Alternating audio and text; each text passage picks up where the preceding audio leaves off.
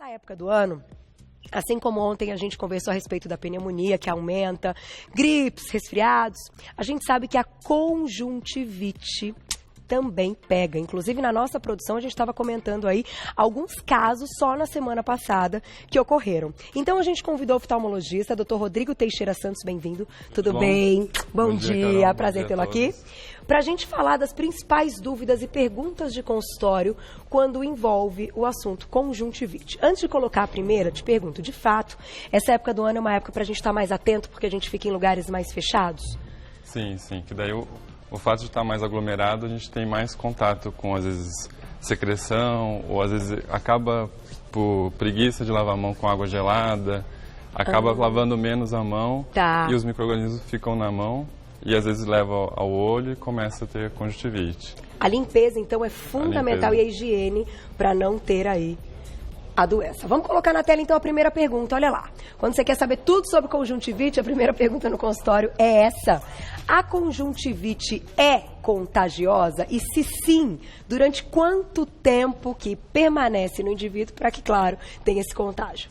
São vários tipos de conjuntivite. Então, a gente tem a conjuntivite que é contagiosa, que é por causa de vírus ou bactéria, e até às vezes DST, doença sexualmente transmissível. E tem a conjuntivite alérgica e a irritativa.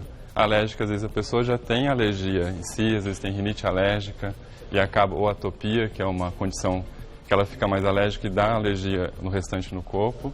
E a irritativa, às vezes, pela poluição, algum produto químico de limpeza, ou às vezes até o cloro da piscina. Essas não são contagiosas. O que é mais preocupante é a viral e a bacteriana. Essas sim são contagiosas. Em média dura mais ou menos de 5 a 7 dias. Alguns casos mais graves podem durar até 2 semanas, evolui com membrana e às vezes tem que ir no médico para tirar essa membrana, às vezes tem até um pouco de sangramento, mas a mais comum é a viral, que daí é o que às vezes a pessoa não fica em casa, não tem os cuidados, daí começa a passar para todo mundo e todo mundo no trabalho fica de fora, né? Inclusive um olho que passa para o outro, né? Porque se a pessoa tiver cuidado, ela consegue manter a conjuntivite num olho só? Sim. Geralmente é unilateral, começa num olho, mas geralmente de 1 a 2 dias o outro olho também é acometido. Aí tem algumas medidas que a gente acha que vai falar mais para frente de como evitar passar para o outro olho, né? E tem aqui, gente, muito legal, a gente vai fazer ao vivo essa higienização, esse cuidado, quando que tem que colocar uma compressa, principalmente nas crianças, né? Porque agora, na sala de aula, parece que pega todo mundo. Sabe o que eu queria te perguntar, doutora, aproveitando esse início da nossa conversa? Nesses 7 dias, vamos dizer assim, que a pessoa está, então, com a conjuntivite. Nestes 7 dias, quem estiver por perto e tiver o contato e tiver ali, passar essa secreção, a pessoa pode pegar, ou depois de 3 dias a gente pode dizer que esse vírus ele perde um pouco de força ou de contágio, né? Geralmente o contágio às vezes pode ocorrer antes dos sintomas aparecerem, antes do olho ficar vermelho. E depois que a pessoa já está tratando a conjuntivite, geralmente 3 a 4 dias do pico dos sintomas. Aí já é menos frequente a transmissão. A conjuntivite, quando é contagiosa, ela vai pegar pela secreção do olho. A maioria é por isso, então às vezes bactéria e vírus estão a gente usa transporte coletivo, ou vai num restaurante, alguma coisa que tenha, que a gente pode ter o contato, sem querer levar a mão aos olhos e pegar essa doença conjuntivite. Mas também depende da imunidade. Geralmente, todo dia a gente tem contato com isso, só que a imunidade que a gente tem acaba fazendo uma barreira. Entendi. Mas às vezes surto é igual gripe. Tem alguns tipos de vírus que vão mudando a cada ano, que daí acomete uma grande parte da população. Com a conjuntivite é a mesma coisa? Com a conjuntivite é a mesma coisa. Vamos colocar uma foto antes de passar para a próxima pergunta, para a gente identificar onde ocorre, porque chama conjuntivite por causa da conjuntiva. Então, através da imagem, a gente vai ver. Se você quiser, você pode demonstrar no nosso olhinho ao vivo também. Vamos lá. Isso. Esse é a anatomia do olho. É o olho como se tivesse a gente cortado o olho ao meio. Então a gente tem a parte, acho que aqui vai ficar... Perfeito. Isso, melhor. Então a gente tem a córnea aqui na frente, o cristalino, que é a segunda lente do olho, onde dá a catarata, e aqui a retina, que é onde a gente percebe a luz.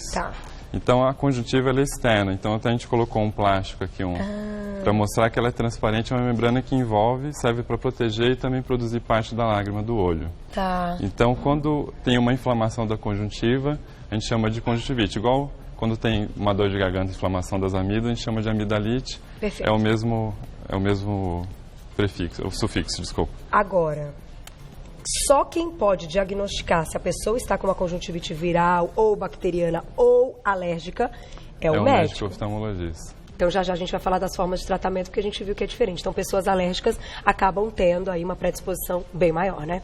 Próxima perguntinha, então, de consultório. E daqui a pouquinho perguntinhas do público, @VocêBonitaTV. Até porque, será que nas crianças a gente tem que ter um cuidado diferente? É possível pegar conjuntivite somente por ficar no mesmo ambiente que uma pessoa contaminada? Então, se um dia eu pegar conjuntivite, doutor, e eu quiser vir apresentar o programa de qualquer jeito, posso ou não posso? As pessoas estão aí correndo algum risco?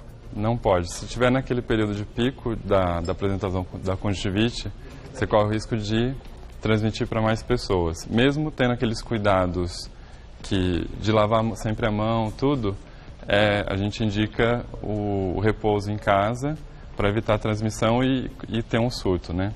Mas em casa, você também não pode ficar fora de casa, fora da família. Uhum. Então a gente orienta algumas medidas para evitar que transmitam. Tá. Mas para o trabalho a gente sempre dá alguns dias de afastamento por conta disso. Não pode trabalhar mesmo de óculos escuros, não pode. Não é o ideal. Vamos nos cuidar. E todos vocês, né, gente? Porque aqui a gente está também num ambiente fechado. E claro, eu entendo o que você diz. Às vezes, estou aqui conversando com você, fiz assim, ó. Aí já passei a mão aqui. Aí o Zé vai tirar a toalha. Aí o Zé já pegou. Deu aí uma coceirinha nele, ele e aí vai que vai. Aliás, pincel de maquiagem pode ser também? Pode, a própria maquiagem. O ideal é que separe o conjunto de maquiagem para cada pessoa, evitar de compartilhar. Mesma coisa, lente de contato, que às vezes tem mania de, comprei uma lente de contato para ir numa festa, a amiga pediu, você empresta, você corre o risco de, às vezes, ter uma conjuntivite ou até uma coisa pior, uma úlcera de córnea. Olha que perigo. Só que, por exemplo, fronha do travesseiro, lençol, toalha, tem que trocar todo dia? Usou? O ideal todo dia, porque mesmo quem às vezes tem o costume de dormir de um lado, fala assim, vou dormir do lado que não estou com conjuntivite, você acaba virando no meio da noite, ou às vezes passando para o marido, para a esposa que está ao lado, e passando pela secreção ali. Então, é ideal todo dia trocar a fronha, para evitar que piore. É um trabalho a mais, mas... Então, é uma das trabalhosas. Então, é importante separar a gente toalha de rosto também, talheres, todo... Talheres também. Também, porque mal ou bem, às vezes, sem querer. É que é muito difícil você se vigiar, de às vezes tem a mania de coçar um pouco o olho e espalhar a secreção. Tá. Então, às vezes, você está se alimentando, pode pegar, então o ideal, para ser bem rígido, né, bem exigente, o ideal é que se troque ou separe, né, as coisas para não ter... Com as crianças, as medidas são as mesmas? As mesmas. Daí é mais difícil controlar uma criança de não coçar ou na escola com os amiguinhos sem querer ter o contato com a secreção, né? É verdade. Vamos colocar a próxima perguntinha, que de repente aqui com a maneira de higienização a gente dá mais dicas. Aqui a gente consegue até ver no fundo esse olho bem vermelho, acho que a gente pode falar dos sintomas, né? Todo e qualquer olho vermelho significa conjuntivite? Não, geralmente a conjuntivite é a mais frequente causa de olho vermelho, mas pode ter, às vezes, úlcera de córnea, que eu falei, que seria nessa parte aqui, que é uma ferida que dói bastante e deixa o olho vermelho. Pode ter, às vezes, uma uveíte, que é a inflamação da úvea, que seria a parte mais interna aqui do olho, do corpo ciliar. Tá, que também deixa tudo vermelho. Também olho vermelho. A esclerite, que seria a inflamação do branco do olho, então também é uma causa. E às vezes uma endoftalmite, que é uma doença que dá uma infecção generalizada do olho. Geralmente, às vezes, ocorre em algumas cirurgias de catarata complicada. Então, às vezes começa com o olho vermelho, acha que é conjuntivite e às vezes perde o tempo de fazer o tratamento. Por isso que a gente enfatiza de procurar um médico oftalmologista para ter o diagnóstico preciso. O que caracteriza mesmo? É uma coceira, é uma dor, é aquela secreção que fica saindo, que parece pus mesmo, né? Além do olho vermelho, pode ter o lacrimejamento, sensação de areia e também prurido, que é a coceira intensa. Tá. Quando tem mais prurido, às vezes leva a gente a pensar mais numa alergia. Mas a questão da secreção, acordar com o olho colado, geralmente é mais a conjuntivite mesmo. E acorda coladinho, né? Que coladinho, vai abrir... tem que e não dá. É secreção, em cima de secreção que a pessoa não consegue nem abrir, né? Vamos colocar uma próxima pergunta, que é interessante também, porque existem casos, vamos ver se isso acontece. É normal sair um pouquinho de sangue no quadro de conjuntivite? É uma conjuntivite, digamos, mais grave, caso tenha sangue? Sim, não é normal sair sangue no quadro de conjuntivite, mas às vezes a conjuntivite que evolui com membranas, às vezes é mais grave, por ter que ir no oftalmologista, ter que tirar cada 2 dias, ela sai essa secreção de sangue, às vezes. Uma lágrima mais avermelhada, rosada, né? Não é o sangue propriamente dito, mas... E olha, a imagem, gente, eu tinha a imagem de uma amiga minha que me mandou, de um olho e tal, mas aí a produção, minha diretora também achou que era um pouco pesada pro horário, a gente não colocou, mas eu vi a foto e é uma coisa que assusta. Então vamos começar a falar um pouquinho dessa parte da higienização. Vamos pra prática aqui. Pessoa acordou, o olho tá grudado. O que ela tem que fazer? Porque ao acordar, seja a mãe se deparando com um filho, que é sempre, ou é antes de dormir, né, gente, vamos combinar? Com criança, ou é de madrugada, ou é aquele horário de manhã que todo mundo tem que sair para trabalhar e a criança acorda com o olho grudado. Você fala, oi, o que a gente faz agora? Não dá para sair correndo pro médico, mas às vezes não dá.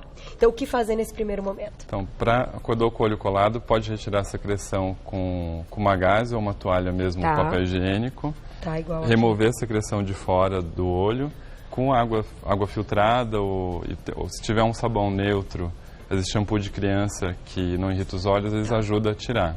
Mas é melhor ainda do que o soro?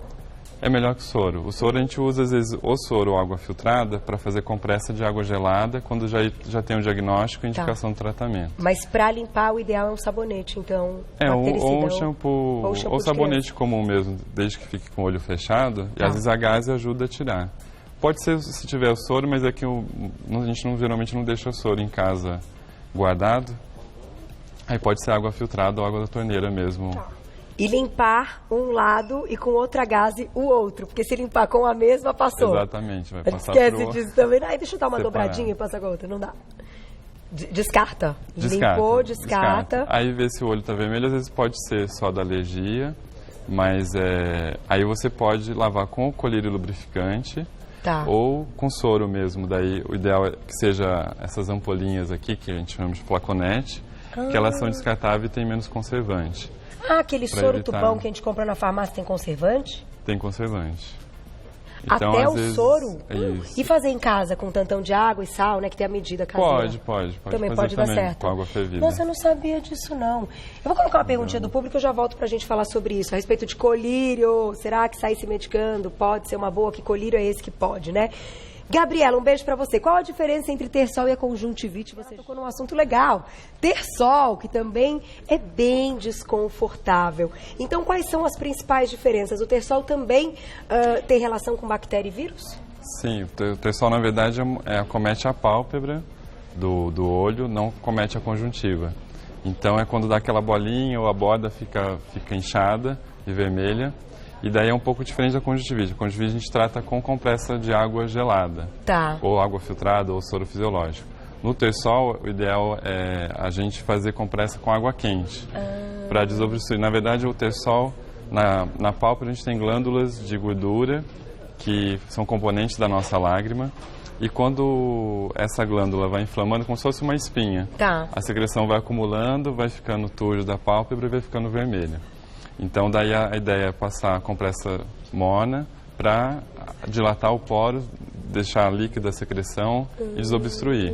Às vezes é necessário fazer uso de alguma pomada com antibiótico e corticoide, mas aí pela avaliação do médico. E também é contagioso? Ou não. O terçol não? O terçol não.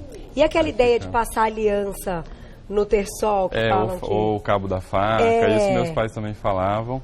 Mas, na verdade, o intuito é de fazer algum calor, porque quando você esquenta o metal, ele deixa ali morninho, então é fazer o calor local mesmo. O segredo, então, é aquecer a região. Isso, exatamente, para desobstruir a glândula. Derreter um pouquinho essa secreção. Interessante. Vamos colocar mais uma perguntinha de consultório, para a gente falar de tratamento. Porque que dá trabalho, dá, né, gente? Olha lá. As conjuntivites podem causar perda de visão?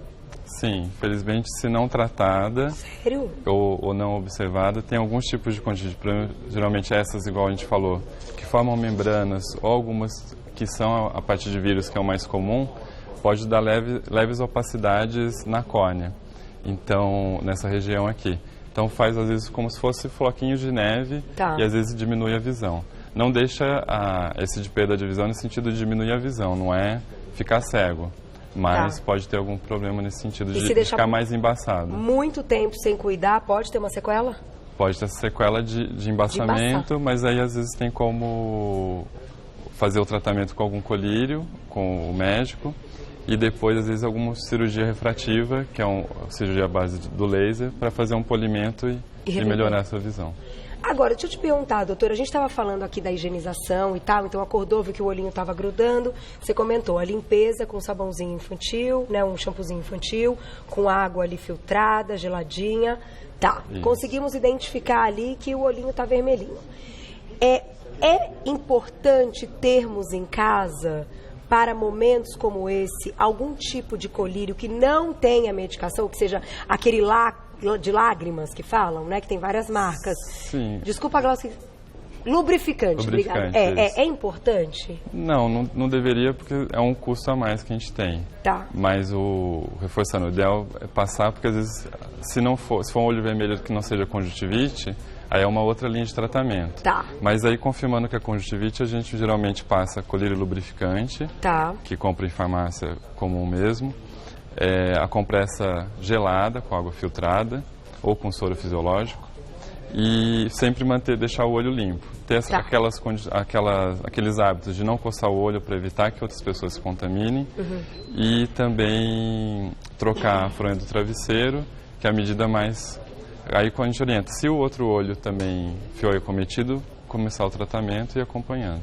E não pode também, a pontinha do colírio também não pode encostar no olho, você pega no colírio. Também pode. São cuidados são detalhes muito importantes, né, para controlar a doença.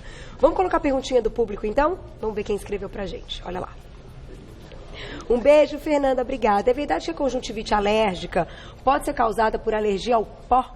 Tipo assim, aquele dia, poluição máxima, levantou um pozinho, pode ter gente que já fique com um olhão? Sim, daí tem um tipo de conjuntivite que a gente chama de sazonal, geralmente é a primavera, que tem o pólen, mas como aqui o clima do Brasil às vezes não está tão marcado como era antigamente, então isso pode acontecer em outras épocas.